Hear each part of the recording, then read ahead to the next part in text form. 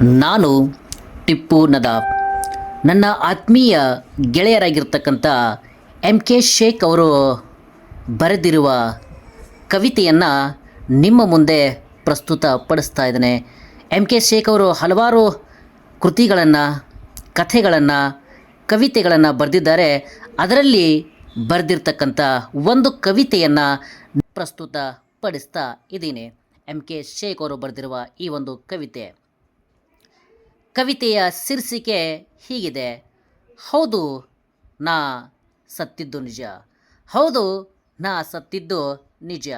ದೇಶಕ್ಕಾಗಿ, ನನ್ನವರಿಗಾಗಿ ಸೆರೆವಾಸ ಉಂಡು, ಉಪವಾಸ ಬಿದ್ದು, ವನವಾಸ ಸುತ್ತಿ, ನಮ್ಮೂರಲ್ಲಿ ನನ್ನ ಸರ್ಕಲ್ ಮಾಡಿ ಸಿಲುಬೆಗೇರಿಸಬೇಡಿ.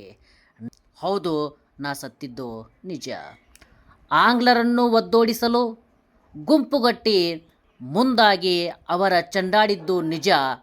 ನಮ್ಮೂರಲ್ಲಿ ನನ್ನ ಮೂರ್ತಿ ಮಾಡಿ ಮುಖಕ್ಕೆ ಮಸಿ ಬಳಿಯಬೇಡಿ, ಮುಖಕ್ಕೆ ಮಸಿ ಬಳಿಯಬೇಡಿ. ಹೌದ್ರಪ್ಪ, ನಾ ಸತ್ತಿದ್ದು ನಿಜ.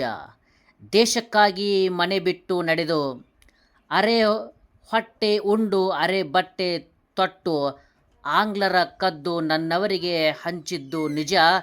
ಆ ದಿನದ ಪುಟಕ್ಕೆ ಕತ್ತರಿ ಹಾಕಿ ನಿಮಗೆ ಬೇಕಾದ ಬಣ್ಣ ಬಳಿಯಬೇಡಿ, ನಿಮಗೆ ಬೇಕಾದ ಬಣ್ಣ ಬಳಿಯಬೇಡಿ. ಹೌದು, ನನ್ನ ಸಾವಿಗೆ ನೀವು ಹುತಾತ್ಮರೆಂದಿರಿ, ನನ್ನ ಬಡ ಬದುಕಿಗೆ ನೀವು ಮಹಾತ್ಮರೆಂದಿರಿ.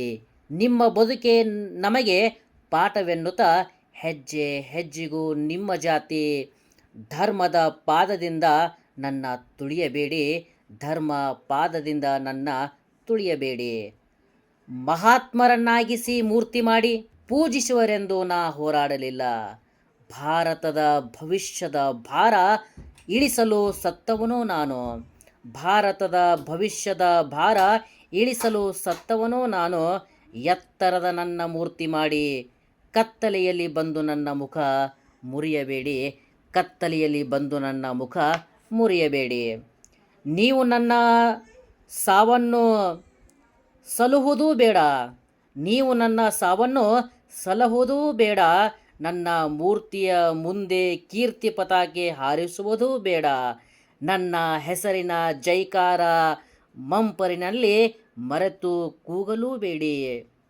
ಇದ್ದ ದೇಶ ಶುದ್ಧವಾಗಿಸಿ, ಇದ್ದ ದೇಶ ಶುದ್ಧವಾಗಿಸಿ, ಬದ್ಧರಾಗಿ ಬದುಕಿದರೆ ಸಾಕು. ನನ್ನ ಮೂರ್ತಿಗೆ ನಿಮ್ಮ ಪಾದ ಚಪ್ಪಲಿಗಳ ತೋರಿಸಬೇಡಿ. ನಾನು ಸತ್ತಿದ್ದು ನಿಜ. ಧನ್ಯವಾದಗಳು MK ಶೇಖ್ ಸರ್ ಅವರಿಗೆ.